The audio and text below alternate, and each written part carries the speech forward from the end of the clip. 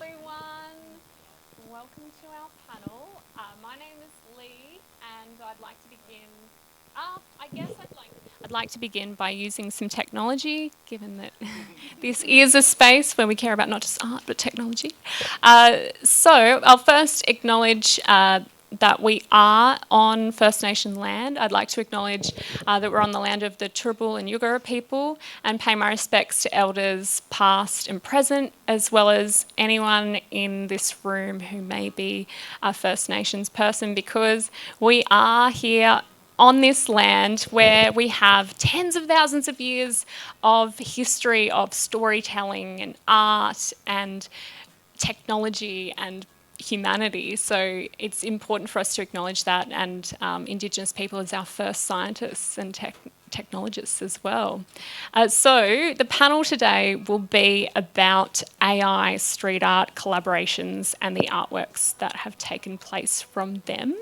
I'm going to do a more of a casual introduction to everyone. Do you mind if I just first name you all to everyone? But there are, professors, doctors here, and who's the artist, who's the researcher? We don't know. They all look the same. So we have Sue Keay, who is the director of the Queensland AI Hub, and is also a very accomplished researcher and maker of science. She makes it happen when it comes to at the academic level and in industry. So Sue has been behind launching the Queensland AI Hub.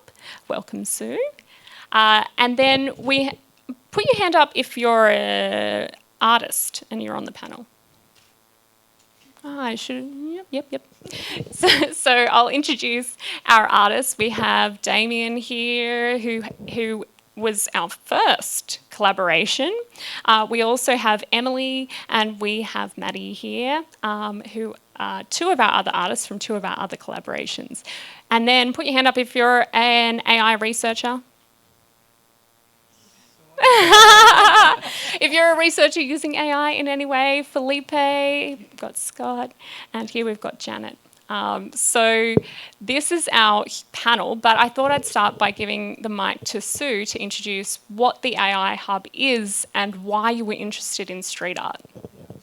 Thanks, Lee. So the Queensland AI Hub was started by a consortium of local AI companies, and it's a well-kept secret that Brisbane is actually quite a technology hub.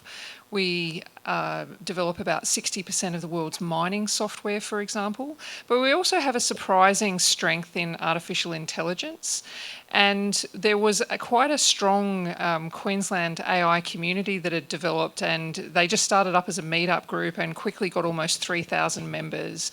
And at that stage, the Office of the Queensland Chief Entrepreneur started paying attention and going, well, what's going on? Why do we have such a seemingly large amount of interest in artificial intelligence here in Queensland?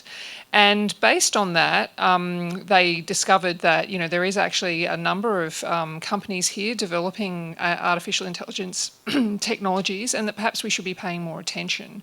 So the Queensland government put forward a tender to create the Queensland AI Hub, and our purpose is to help support the development of Queensland's AI community. To help encourage our government departments and our corporates, our just everyday businesses to apply artificial intelligence, and wherever possible to link them in with the local capability who is already developing these technologies, right just down the street. And really to raise the profile of the sort of work that we're doing in artificial intelligence here, so that people see it as Queensland as a place where they would want to be able to be part of the artificial intelligence scene, and where we can encourage investment and hopefully try and make sure that we're actually developing these technologies here in Australia rather than relying on importing all of these technologies. So that's the reason the Queensland AI Hub formed. And one of the key challenges for us is just those two words, artificial intelligence. I mean, you might have even noticed that when Lee asked who the AI researchers were, at least two of the panel were a bit hesitant hesitant to identify in that way. And that's because artificial intelligence comes with its own history and baggage, and people who apply artificial intelligence might not see themselves as artificial intelligence researchers. They might see themselves as researchers who apply those technologies, and that's all fine. But I think, at the end of the day, what matters is that we've got a good opportunity here in Queensland to take advantage of all of this local capability and interest, and actually, control our own future where artificial intelligence technologies are concerned, rather than being reliant on other nations. And an important element of that, though, is actually having conversations about artificial intelligence, demystifying it, making it a little bit less scary, because we all get influenced by what we see in movies and popular culture about artificial intelligence. Sadly, we're nowhere near the stage that we see in the movies of having robots that are, extremely capable and can open doors and go up and down stairs. Even the most basic tasks are, still beyond them. But we watch movies and we think that they have these superhuman, amazing capabilities. Having said that, I think there are a lot of opportunities for us with these technologies, but people need to understand how they operate. And we were so lucky that I brought on Shelley Thomas as the Hub's communication specialist, and she knew that Lee was here in Brisbane, and Lee has quite a Checkered past. Yeah, well, I wasn't going to say that. No, I was going to say, a great reputation in being able to help demystify science, and had started this with an initiative down in Canberra where she brought scientists and street artists together. And Shelley, I guess, joined the dots and went, well, we've got Lee Constable here in Brisbane. Why don't we bring artificial intelligence and street art together? And then, of course, we got in the loop with Lincoln, because we, discovered that Brisbane has its own street art festival, and we thought, well, can we try and bring these things together and actually start people having conversations about artificial intelligence? Because I think people need to feel comfortable about engaging in those conversations and having an opinion. I think it's very important that everyone's actually, an activist on their own behalf in terms of how these technologies are applied and what you feel comfortable with and what you don't feel comfortable with. But I guess shying away from the conversation doesn't really help anybody. And doing this collaboration with Brisbane Street Art Festival is a great opportunity for us to start that conversation. So, yeah, that's really it. Thanks. Yeah, thanks. That's a great introduction to the whole concept, and I think you've touched on a few things there when it comes to artificial intelligence and perceptions, and also that blocking people out of the conversation when it comes to any technology or science has not been a good thing for either the community or the research and its application.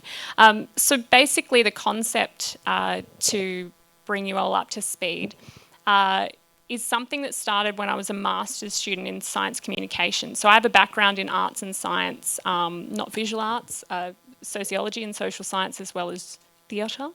And I kind of did a master's student project where I introduced scientists from the Canberra community to street artists in the Canberra community. And Sue just said, we discovered that Brisbane has a street art festival. I think quite often it's a surprise on both ends. Oh, we do artificial intelligence here, or we do that research here and that research. And there's communities here that don't know each other exist, let alone be able to have a conversation and communicate with each other. So we had 3 consecutive years of Science Meets Street Art in Canberra, with public spaces where street artists would be paired with a scientist. They would have conversations, often over coffee, sometimes by email as well, where the scientists would start to explain their research. They'd start to explain what they do. Sometimes they'd go into that like a bull at a gate, thinking, yes, everyone's going to understand exactly what I'm saying, and then get a shock when they find out that they need to communicate in different ways. And the street artists was bringing to the conversation their own way of communicating, their own expertise and their own ideas about the research. And quite often that led to a concrete meeting in the middle, because you have to have this actual physical wall that's painted. And then, of course, the community can see that take shape and can ask questions, can read about the science behind it and things like that. So we did that for 3 years. And now that I'm in Brisbane, it's really awesome to see these collaborations take place when it comes to artificial intelligence. So for the artists, I've just had a chat to all of you at different times about your perceptions. I was wondering if some of the artists, maybe you want to start, Damien, because you were the first. You were asked to come and do the initial collaboration between a researcher and a street artist. What was your reaction to that, or what was your perception going in of artificial intelligence? Yeah, well, I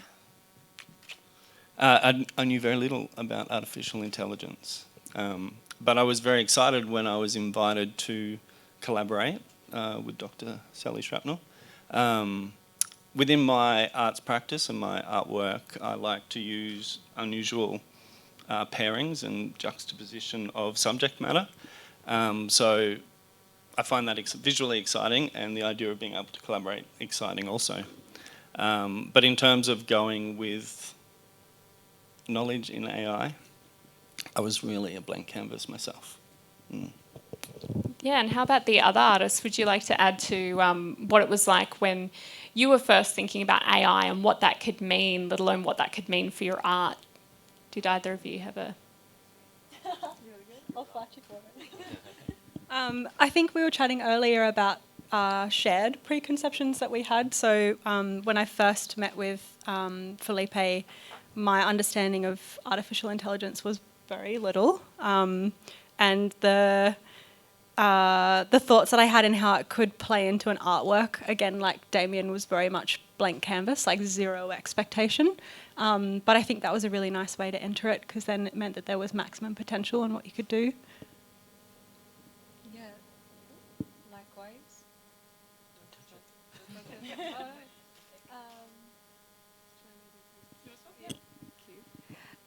Likewise for me, I just went in without any expectations. I think what I thought of, honestly, and I'm sure a lot of people experience the kind of like common narrative out there about AI being like robots and your consciousness getting downloaded into the ether, and like, you know, all of these horror stories and social media algorithms. So I kind of just tried to like put that all aside and really be open to understanding a different perspective and broadening my understanding and realizing actually how beneficial a lot of this is, especially in the scientific community, and how it is going to in turn like benefit us as well.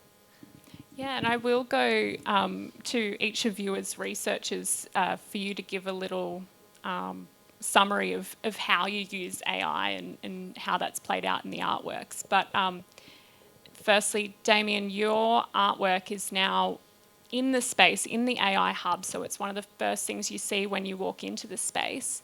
I know you had a lot of ethical questions about AI, and that those kind of questions about how it's used and things like that came about in your conversation with Sally Shrapnel, the researcher who you collaborated with. How did you navigate that conversation, and what actually came out from that conversation in your work?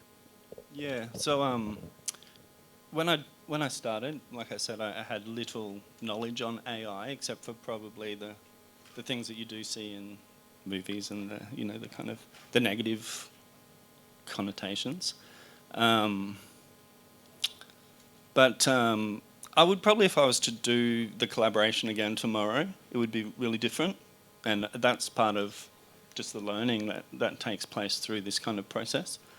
But yeah, I just spent a lot of time up north in remote Arnhem Land working with people still connected to a continual culture of ancient technologies, and moved back down to the East Coast, and I'm very much interested in permaculture and, still old world sort of technologies around the land and the seasons. And so to work in something very different to that was unusual for me, probably. So it was a stretch to try to understand and,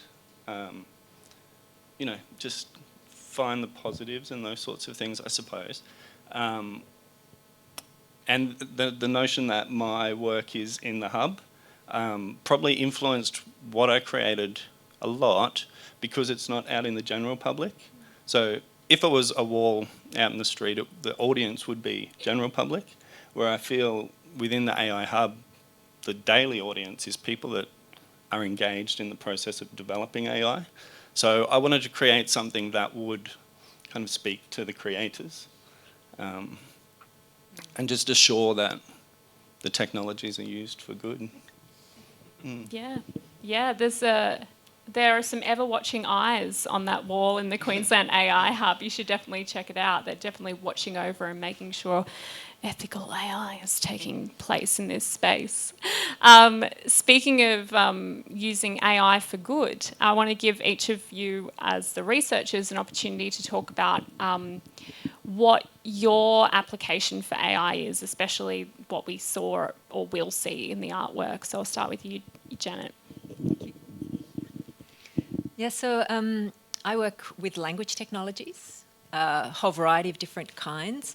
And I'm not sure I call myself an AI researcher, but definitely language tech is AI type of work. So a couple of different projects, we're working with people living with dementia.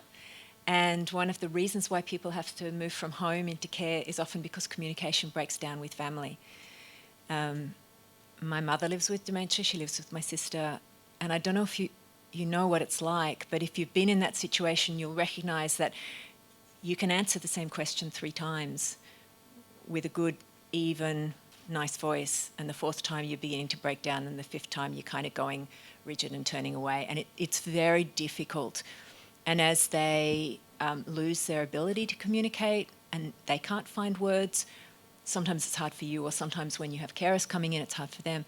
So what we're doing is we're working with what is the language bank, what is the knowledge that people have, and how could that be used to support people living at home. So there's lots of different aspects of language there. The other one we're doing, if I can mention a second one, is we're all used to just talking to our phones now. And for some of us, the voice is really good, sometimes not so good. But in Australia, we have over 400 languages, over 100 Indigenous languages. And so we've been creating an open source speech-to-text system, speech recognition system, so that people can create their own voice recognition system. And it's been used for the first time in the first translation system that Purple House out of Alice Springs are creating for Pintupi literature. So that's pretty exciting. Ours is a very tiny part of an Indigenous community that are creating their own translation system, and it's something they've been doing with their data and their language, and we got a chance to plug in one little tiny Lego block. And that's what you need some of the university systems to do, because that Lego block is not something they can necessarily create themselves, but if they collaborate with someone at a university, they can. And what will people see? The artists that you collaborate with aren't here. They're busy painting. So would you like to give people a sense who might not have been out to the wall of what they'll see as it takes shape and how that reflects your work? Yeah, so Jan and Scott are out painting at Garden City at the moment. And you go down the escalator and there's this big wall. And we spend a lot of time trying to work out how to really explain the algorithms and the data and the equations that I work with, and it's kind of like we didn't necessarily connect. And then they started saying, visual, concrete. So a lot of what I do you can consider social robots. So we have an interaction between a person and a piece of technology, and the work we do, a lot of it is that interaction. How do you make that interaction work? So what they've done is they've created not a humanoid, which is what we see in the movies, but a different kind of an intelligence. And they create a lot of very beautiful murals with Australian animals. So they've chosen a palm cockatoo, really smart bird that has an amazing way of communicating through drumming. And so what they've done is they've created this young woman, and she has her AI, which is this palm cockatoo in her hand, and it's this wonder of the first time she's interacting with it. It's quite a remarkable concept. And it's not yet finished. I'm dying to see what it's going to look like when it's finished. Yes, it's great to see you interact with each other today and kind of share your excitement for the artwork. And that was one of the things they said, even when you were explaining everything about the algorithms and the data and how it all fits together. Even though they didn't necessarily take away from that the concept itself, they said we were just taken by your emotional response and your excitement and how emotional you were about your work. And I think that's something we don't often get to see about research.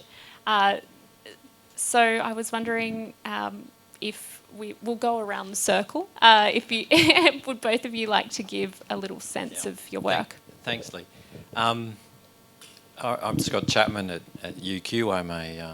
I'm actually a crop physiologist, is my original training, but I use AI all the time, and I'm in the fortunate position of working on food and feeding people. So it's very nice to be able to take a very old technology like agriculture, which is at least 10,000 years old. We're thinking it's even older than that, 15, 20,000.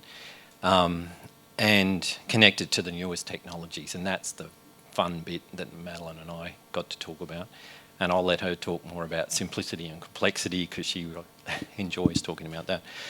But we apply it in a lot of different ways, and so a lot of the thinking about AI is in robots or how it's applied. But a lot of what I do is actually about observing.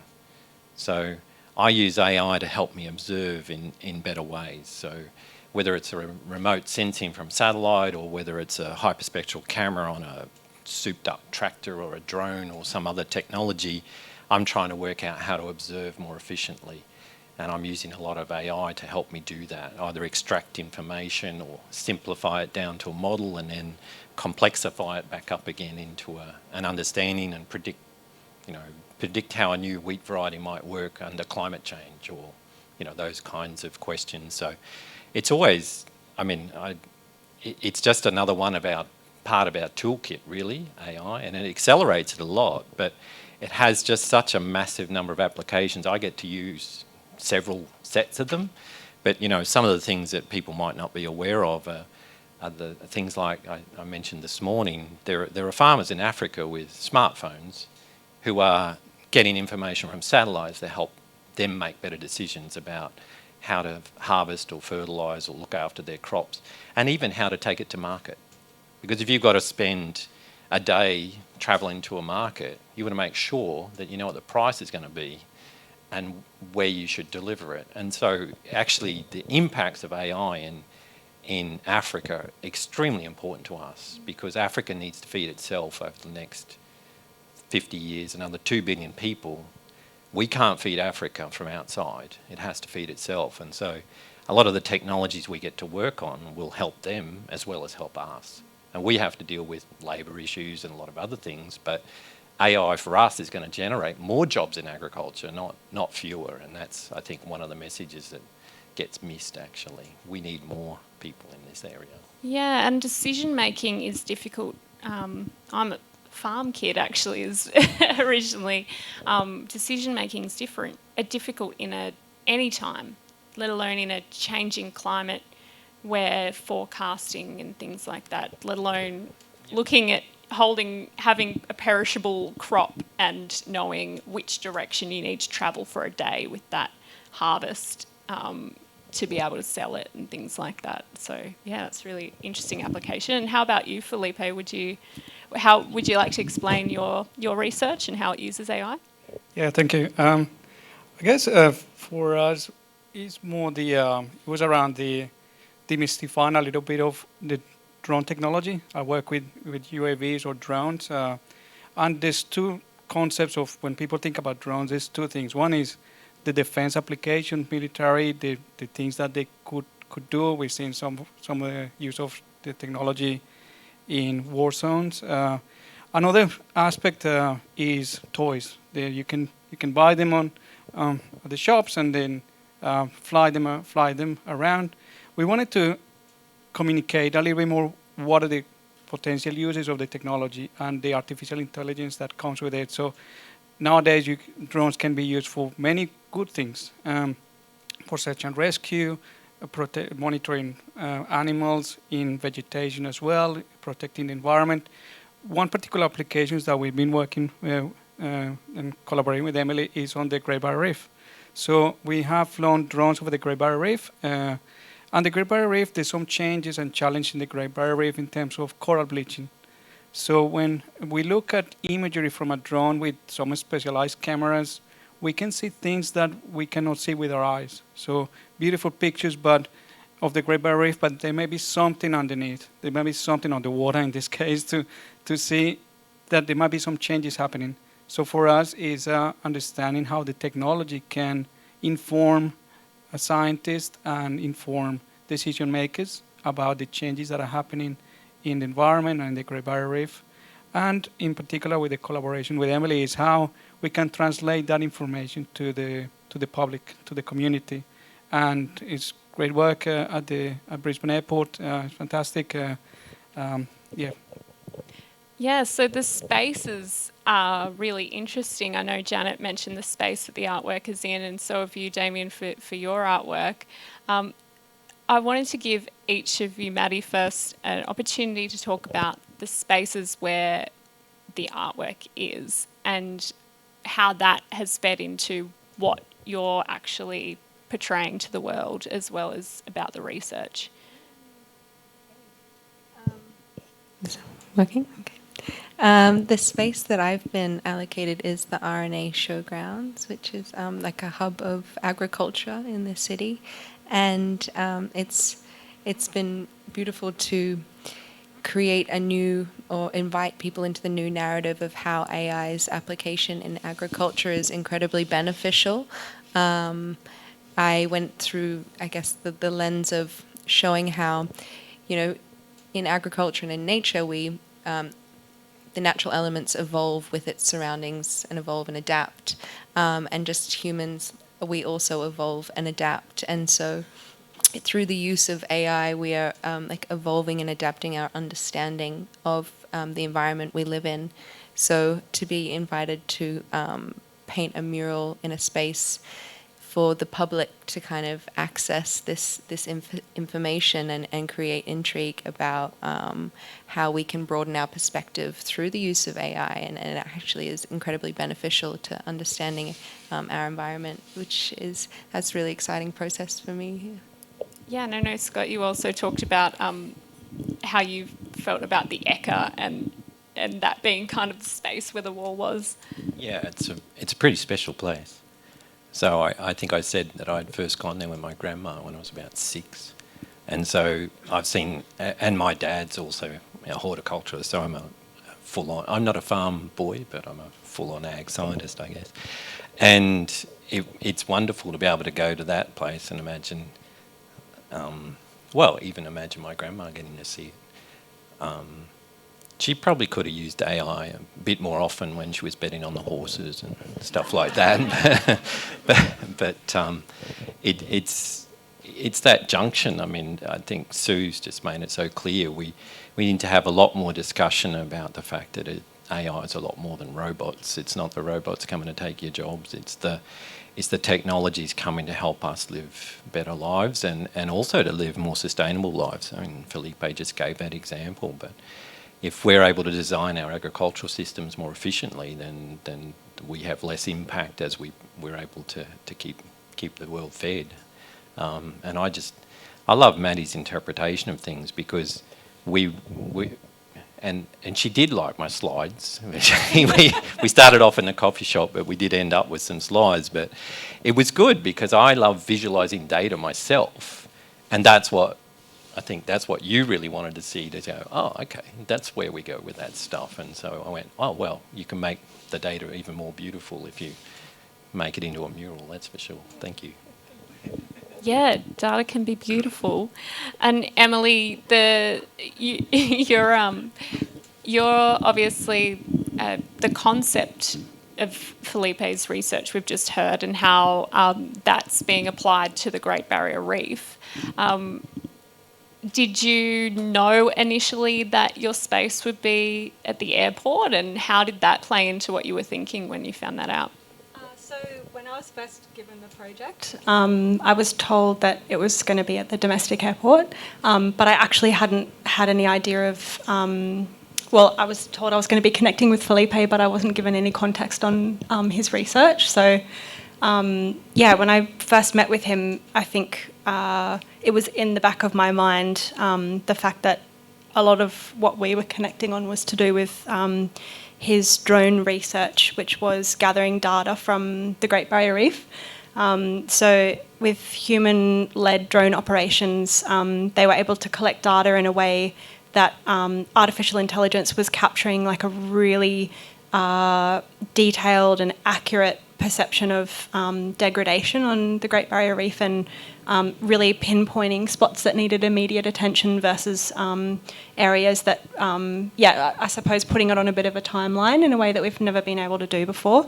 So my first thought, considering that I was at the airport, was thinking about the fact that typically airports are very much access points for how people experience the environment, and generally if you're travelling to regional Australia, you're going there to kind of marvel at the natural environment. So I thought about the fact that it'd be nice to present something there that stimulates a little bit of deeper thought and promotes a bit of responsibility before boarding the plane. And when you do get to the Great Barrier Reef, it's not about having an attitude of consumption, but more about appreciation and responsibility on how you can take care of it. I find it fascinating that you've all not only been influenced by your discussions with the researchers, but the spaces that they're in different ways.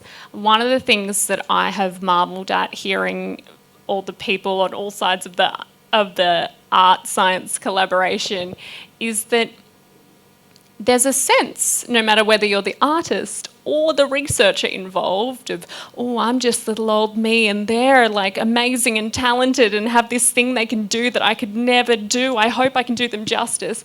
And I've heard that from the researcher as well as the street artist in this collaboration. Would any of you like to talk to that kind of feeling and any other emotions that you had when you were going through this kind of collaboration? No? Alrighty. I can talk about imposter. Yeah. I don't know if you've heard about imposter syndrome, but Yeah, have you met us? We're artists. So at the university, probably about 90% of the people have imposter syndrome. And one of my colleagues in quantum physics said to one of his great students coming through who had this massive attack of imposter syndrome, and it gets worse as you progress in your career. You think it's going to get better and it doesn't. Anyway, so this guy was saying, he was trying to counsel his student. And he said, look, there's two types of people. There's researchers or people who have imposter syndrome, and then there's sociopaths. You've got imposter syndrome. Congratulations, you're human. You and your imposter syndrome are welcome here. So it's kind of like, for me, I got this massive attack of, why me? It's kind of like these guys Jan and Scott do the most beautiful work. I had a look online before I met them. And it's kind of like, I get to work with these guys? And then after you get over the imposter syndrome, you think, well, I'm small and universe is big and this is a chance to meet these people. So I don't know if as artists, street artists are supposed to have a lot of confidence in themselves. Did you know that? I didn't get the memo. I had the same experience meeting Felipe, but the other way around, where in the back of my mind the whole time I was thinking, oh my God, I have no idea how I'm going to communicate the depth and the complexity of the kind of research that he leads with a simple image, It's like, even though it kind of comes naturally to artists more so than other people, it's still really difficult because it's a language as well. But yeah, I think the more that we connected on it, and you guys would have found this too, each meeting you kind of got a little bit closer and a little bit closer to finding that common language, and eventually it ends up being the imagery as the way to portray that to the public. What was that common language moment for you, Damien, in your kind of collaboration with Sally? With Sally's work, I didn't have a lot of visual stimulus to look at or to take away. So it was going to the meeting and knowing that this AI data was an invisible thing and I left and it was still invisible. I really still had no kind of idea how to bring that to the wall and make the invisible visible. But the point that we did connect on was the notion of the appearance of the first artificial intelligence in ancient Greek literature. So that was a point where we connected. And I had, from the meeting to the painting, a 2-week period. And that stayed with me as the kind of the point that I was able to depart from. Could you explain that that element to everyone? What was that story? Yeah, well, it was a part of Homer's Iliad, and the character had created a couple of golden angels that were referred to in the literature, essentially maids, helpers, to do any task that he required. So aiding him. But the fact that it was so old, I think, was, and from an ancient mythology, it was something that from my practice and where I would normally look for inspiration, probably, I was able to relate. And so that was the departure point. Yeah, kind of having something made of a type of metal that was imbued with a special type of intelligence. So when you're hearing all these different perspectives on AI, how does this kind of link in with the hub's hope? You know, are you wanting the community to get involved, or is it just a space for researchers and then it's more like public spaces like this where you talk to the community? Yeah, I think probably the public spaces are the best point of communication. The hub, you know, it's a great space, but it is still small, really. And, you know, it'd be great for us to be able to have a broader impact than we can have just by people who, you know, can fortuitously come into the space. I think, you know, Damien summed it up really well. You know, he identified very quickly that, you know, the most people who will be using that space are people who are, you know, creating the technologies. And so and I can see that artwork really does speak to creators of AI in a particular way. So I think that, you know, it's just worth trying any different technique, because I think what we've heard from the panel today is that there is quite a divide between the people who are, you know, more on a day-to-day basis involved in the use of AI technologies, and people who, you know, don't have cause to really, you know, think very much about the AI technologies that surround us, and somehow we have to bridge that gap. And really, I just see this as a starting point, and I hope that we find other ways and, you know, similar ways that can have the same impact as this street art project, because it's important. And I think I always feel a bit sad when I hear people say that, you know, they don't understand AI and they don't feel comfortable about talking about it, or they're scared, or you know, they're suspicious of artificial intelligence. I mean, those are all legitimate feelings to have about artificial intelligence, or indeed anything that you don't feel that you're getting enough information and unable to, you know, get the understanding that you would like to have about it. But I suppose even just posing that question, getting people to think about, you know, what AI is and does it influence their lives, and thinking about how they can have a say about those technologies is important, because otherwise, you know, we can't exactly close our borders and, you know, make a decision that we're not going to engage with these technologies, because they are all around us. And I think it's anything that we can do to help illuminate the fact that these things are having an influence on our lives, and that it's important that people feel comfortable to have a say about their use, even if you don't, you know, necessarily understand about how the algorithms are put together. Just to understand that it is being used and to feel comfortable saying something about it is what's the most important thing.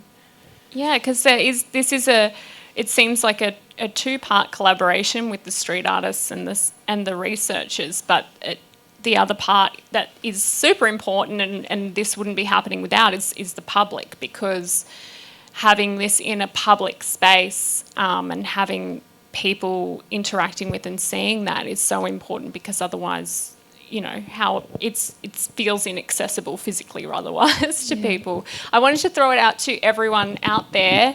I've got a million questions always, so I can talk all day, but it's not about me. It is about the public. There you are, the public. We've heard so much about you. So please do stick the hand up, ask questions. You can ask things of the artists about their work. You can ask really technical things or very broad things, you know, nothing personal, if you can help it. But do ask questions, because we're wanting to open this up as more of a conversation.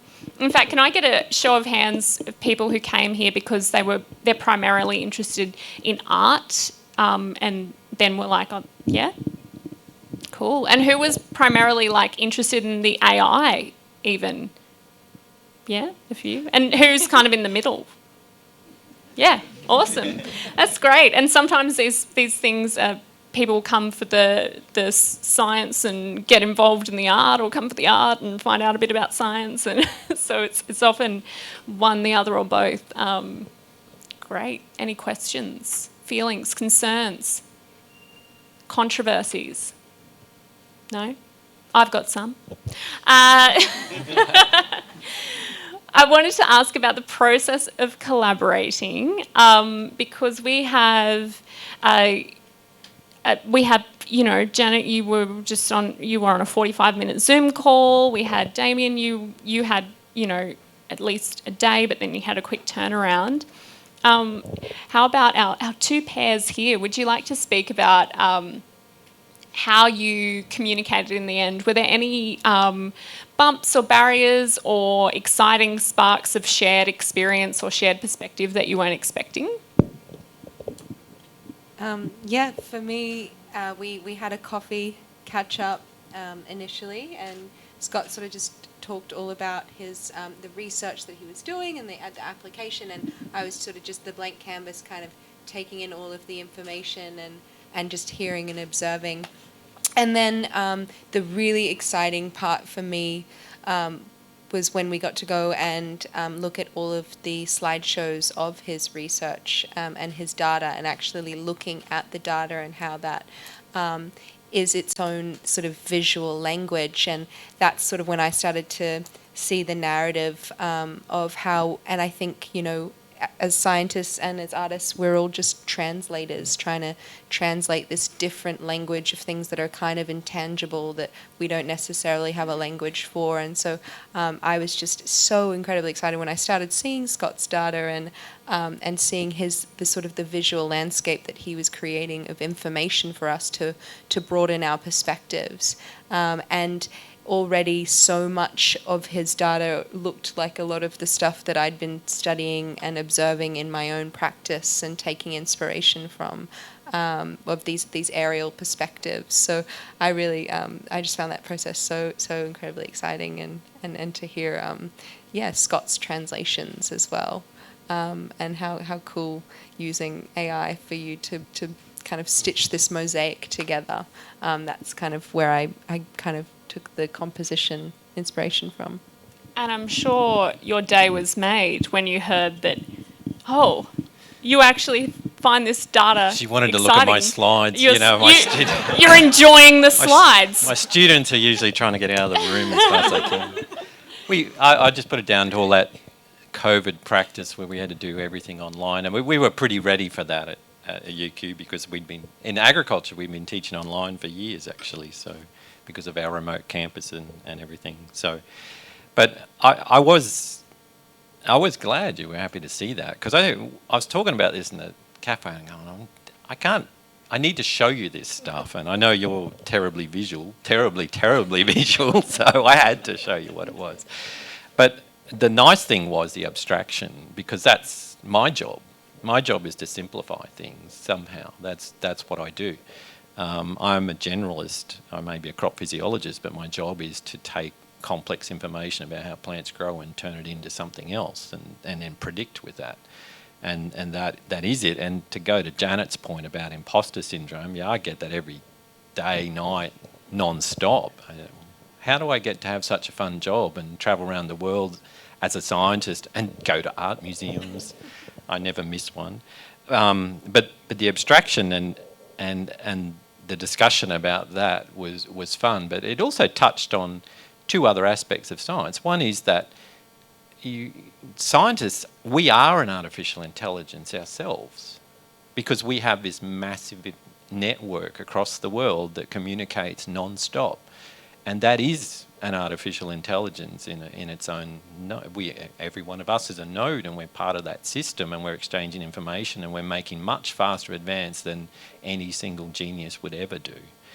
And the second thing I liked about it is that Maddie can just falsify data as much as she likes and put it on a canvas. I can't do that because I'll get caught, and the journal probably won't publish my stuff ever again. That was my interpretation of yeah, well, I tried. But of what the drone was trying she to can say. make an even more beautiful picture by just falsifying a few lines there that I couldn't put in because I didn't have the data. So, no, it's a nice exchange for that. And how about our Great Barrier Reef collaboration? So I know that you were talking, Emily, about not just the concept, but also the materials you chose. Because Felipe's work is so much about colour and what you can tell from that colour, and also the degradation of the Great Barrier Reef, how is that the moment that you started to see a potential concept play out in your mind when he was talking about those things? Yeah, definitely. I think for me, colours are really, it's a huge aspect of my work. Obviously, for most artists it is, but I think I tend to start with colours first. At least I see a pretty clear vision of the palette I want to work with before I start on a work, which is a bit backwards.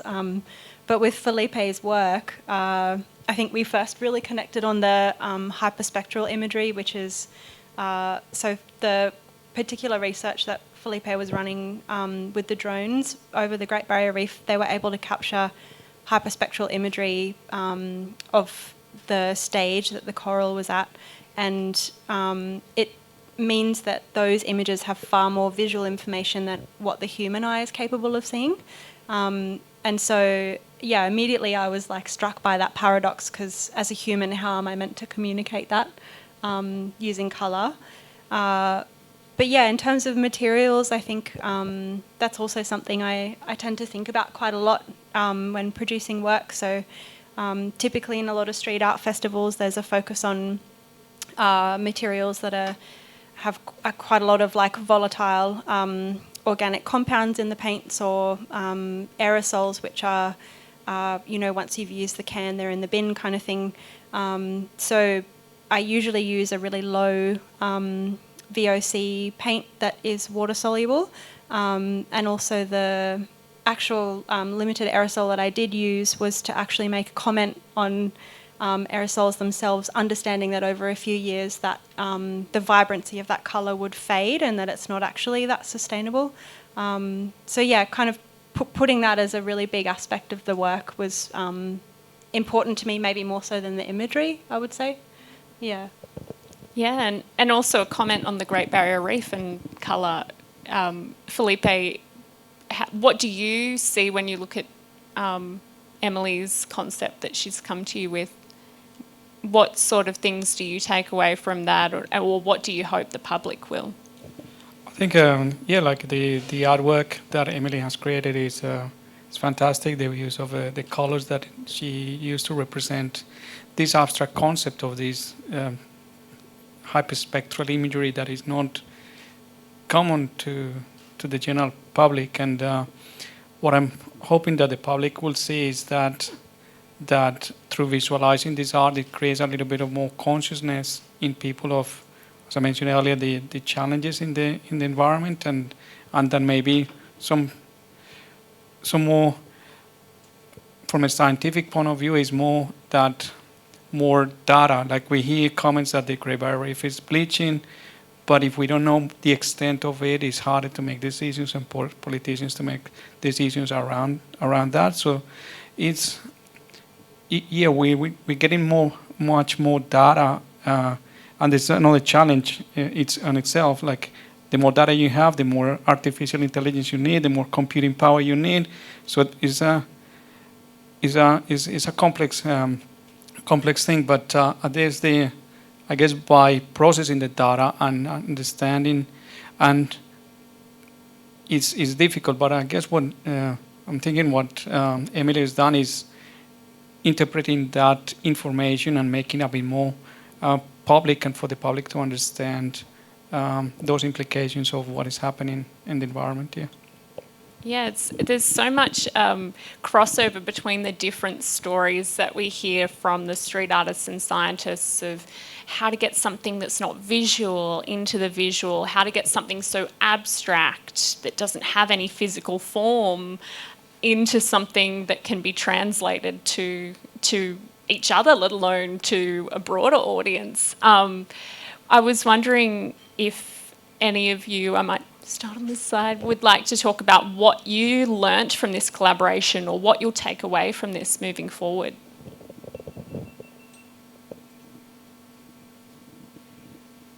So just reflecting on the difference between trying to explain what we do, which is so abstract, I was thinking, after I saw the concept, I work with mechanism a lot. So, when you're talking about being aware of the paint, you're aware very much as an artist how you're doing this. And so a lot of the time we're aware of how we're doing it. But what Jan and Scott have done is they've constructed the moment of lived experience of the product. And so that distinction was something that I can't create what they can create, because that's 5-10 years in the future. But they can visualize for the public now possible futures, and then the kind of wonder that you might have interacting with that. So I thought that part of it was really interesting for me, is the difference between, I wouldn't call it falsifying data, I would call it being able to see the future in a way that we can't do as scientists because we're limited to what we can do with the mechanisms we've got at the moment. But an artist can go way beyond what we can do. And also into what we feel, because I know that there's quite an emotional element to the image of the girl's face and how she's interacting with this social robot and how she's feeling. And it was interesting to hear that you emoted and saw yourself in that, but also that was the artist's intention, that you see yourself in that, and that it's about your feelings as a researcher as well as the end user. Feelings are often kind of kept separate. Damien, as someone else who had, at least a humanoid form, what sort of feelings were you trying to convey through those eyes? And that bringing a humanness, or while it's kind of an android type character, still bringing a humanness to that, an emotive kind of quality. And I think what you've touched on is really true. As an artist, you really are, using the emotions and speaking to the emotive rather than the intellect, in a way. I guess different artists do that in different ways, but for me, I would almost try to, through my art, avoid, when someone's looking at the work and through their interpretation, avoid the intellect and go straight to the emotion, straight to the heart. And maybe that's something that is more difficult to do within the science realm. So that's a very interesting part of the collaborations. And Sue, how much is it important that emotions in your work, and when you're doing academic writing, grant writing, you're taking your feelings out of it. In fact, feelings are, get out of this, your feelings shouldn't be in this. That's going to mess with the scientific method. That we don't put feelings in there. But scientists do feel deeply about their research. They do feel deeply about the outcomes of that. How important is it to you that people have a feeling about AI or express their feeling about AI?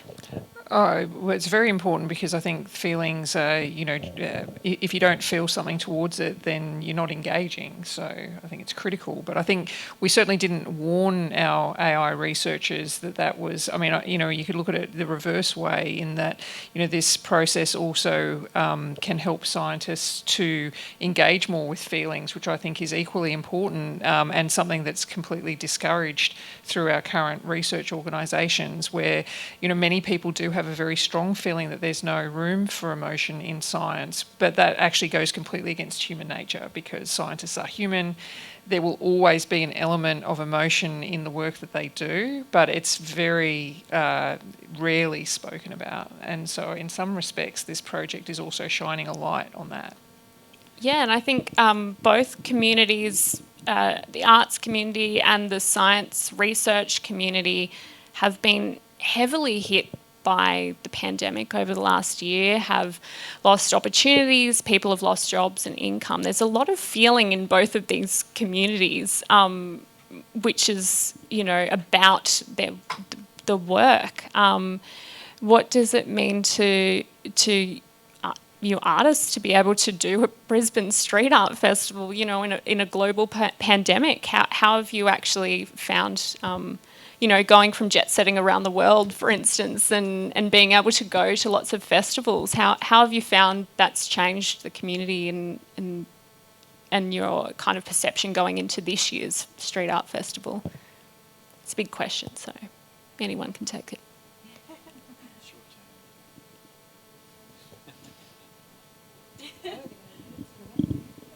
You don't have to have an answer for that. Changed a little bit from a couple of years ago.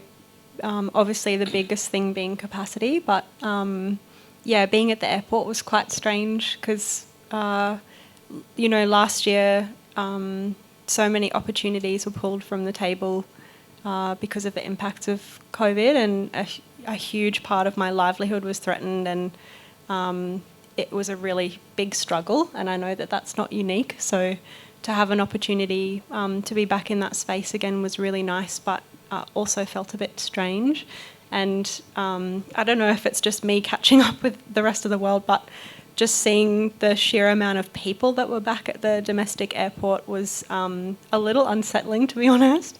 Because, it was only a couple of months ago that we were in lockdown, and the effects of what's currently a global pandemic affecting other countries in the most profound and horrible way is, it almost just seems like everyone's a bit too keen to get back to normal. It's been a bit strange. Yeah, and it's okay if normal is not the same thing. In fact, I don't think it can be. So, I'm really excited that we get to be in this space together. But let's all just remember that we're also very lucky to be in this space together, and in this place, not just Brisbane, but in Australia, especially given what's happening everywhere. So I just wanted to take a moment to point that out and say thanks so much for coming along, everyone. We've only got 5 more minutes to go. I'd love to hear any questions, and also from all of you, if you have any questions for each other as well. I know that it's been a great sharing of experiences across the way. Yes? You might have already told me this, but I wasn't ready for it. Who birthed this project and who put who with who? It's been a collaboration. So this is a collaboration between the AI Hub and the Street Art Festival. But I think Lincoln Savage has been instrumental in knowing the different street artists, and the AI Hub knew the different researchers, and there was kind of a discussion between the Street Art Festival and the AI Hub about each of the works and the matching. Did you want to talk to that, Sue, about the matching of people together? Yeah, we were trying to look for a diversity of applications of artificial intelligence, and so I think we were able to achieve that. So Janet's work really has a very human element in terms of looking at those language technologies and the work she does. Particularly with First Nations people, and then we really were very keen to find someone who was applying it to agriculture, because we knew we had a spot at the RNA showgrounds. So Scott was a fantastic fit for that, and Felipe's work with the environment, we think has that. Can really speak to everybody, so it was very fortunate. I mean, so it was also, I guess, a little bit around the space that was available too. It made sense to have something about the Great Barrier Reef at the airport. It made sense to have something on agriculture.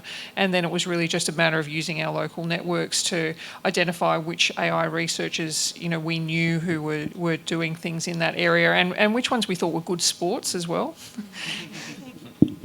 Yeah, maybe some AI researchers who are going to play nicely with the street artists.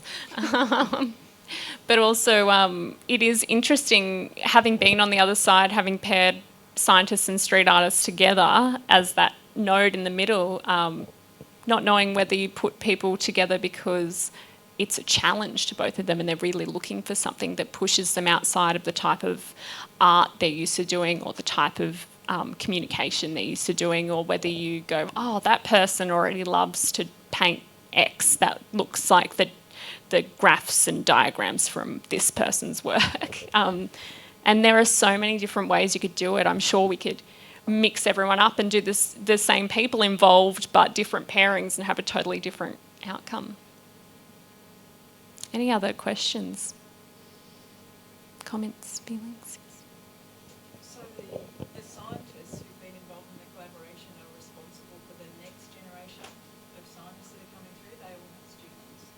So I'm wondering if they'd care to comment on how this interaction with their artists might have an impact on how they interact with students or how they might talk to students. Yeah, is there any learning from this for student interaction? Yeah, I think that's a really important point. I think part of the journey or part of our communication from the research point of view is that translating to some young audience today as well, and how we can communicate. And there's maybe different ways of communicating that information. The street art festival is a good opportunity for the general public and young public to have a look at those expressions and start questioning about what are the possibilities of AI, what are the challenges, and maybe some of the connotations and implications of it. So we do that at the university level, engaging with the students. They come to some study tours, or they spend a week or a day at the universities, and we give them an experience of on our side is very technical from an engineering perspective, but ways of communicating to more general public and more general audiences and young audiences is a great opportunity, definitely. Yeah, and I've heard researchers who've been involved in collaborations say that they thought they were really great at explaining their work, and then they got such a shock when the street artist was like, "Nah, not getting it." So there's also sometimes that sort of learning, which is important. Did you have something to add, Janet? Yeah, so I'm in the Human-Centred Computing Group at University of Queensland. So the people in my group are quite diverse anyway. We have people who are singers and dancers and performers and do all sorts of things. And quite often we're told now to look for the story, and we do a lot teaching our students the story. But one of the things you see in certainly the artwork that we've seen in these murals is that it doesn't have to be the story. It can be the question or the moment or the what visual will grab someone's attention. And so one of the things I would love to ask the artists in the audience is, how would you visualise AI? And is there an opportunity to keep this collaboration going between the universities and the artists to maybe help our students go through that process so that you don't get another generation of people like us, but you get a generation of the people who are sort of halfway between, who know something about how to showcase their ideas through a visual mural to connect with that emotion, as Damien was saying, but also to be trying to get a particular concept across, which is one of the things we try and do when we're trying to teach. Yeah, it's communicating that concept is still something that has to happen, even if the concept couldn't be communicated in the artwork for your work. It's still something that has to happen for the students in the room, doesn't it? So, we have a lot of responsibility to train the next generation. It's something that I get kept awake at night by a lot of things. That's another one. Because you want that work to continue. Science is a body of work that has to keep going, and you need to work out how to replace that. And so I hope that we may need a slight explanatory plaque next to your beautiful abstract, Madeline, but I hope we can inspire people to keep thinking about that.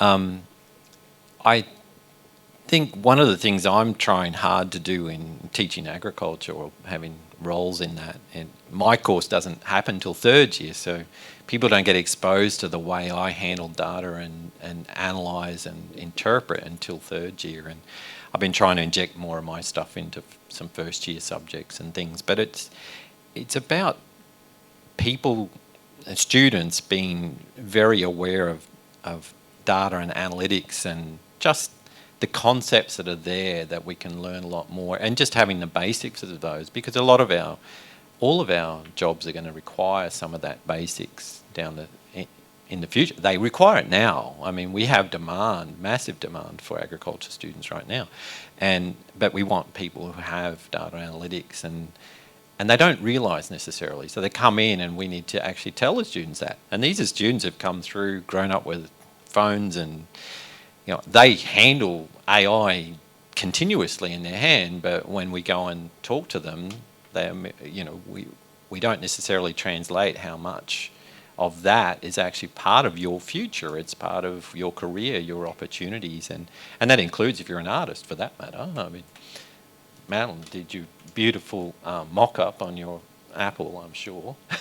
So, that having all of the skills and technologies to do that are important as well. And I might add that I told the Gatton campus director that I had this opportunity that Sue had given us to do a wall at the RNA Showgrounds, and Anne told me, we've got a wall at Gatton, so we're absolutely open to painting something else there. So maybe someone out here might want to help us with that, or maybe we'll get a composite wall. I don't know how we'll work it out, but the Brisbane Gatton Street Art Festival. Yeah, that's right. The UQ Gatton Campus Festival. That's right. We got a lot of walls out there. Yeah. I mean, silos are a great example of a regional silo art canvas is a that's been thing. taken advantage of. Well, more there's and more. a whole career in silo painting. We've got a lot of silos in this country. In fact, some of the first ones that got painted probably due for a repaint. So get out there. That's my one concern, and I haven't asked Stu that question. How long are the RNA going to let us keep that wall? They're not going to paint over it next year, are they? Oh, good. Yeah, it's a hard question too, as far as street art and the culture of street art as well, because street art in the public space is something that does have people add to it, change it, go over it, and I'm sure that's a whole other panel discussion we could do about legitimising and delegitimising certain types of art and how they evolve or whether they disappear, and is that part of it? But we're taking photos and videos, so hopefully no matter what, things will be immortalised in the ether, thanks to AI. Well, I think that's all we unfortunately have time for. I just want to thank our panel, so please join me in thanking our panel for sharing some of their experience. And thank you all for coming along and having a look at the panel, but also hopefully you'll have a look at the artworks. Some of them are completed. Yours out at the airport is completed, but others are just beginning. Make sure that you have a look in the guides and check out where to see them. Take a look at them. It can even be fun to see them in different forms because you often don't get to see the initial layering that happens. And we've got a great actual video of Damien's taking shape where you can see all the different layers that happen. So thank you again for coming along, and I hope this has just sparked an initial bit of curiosity, whether it's about the street artists behind the street art or the researchers behind the research applications. Thanks for coming along and being a great audience. Thank you.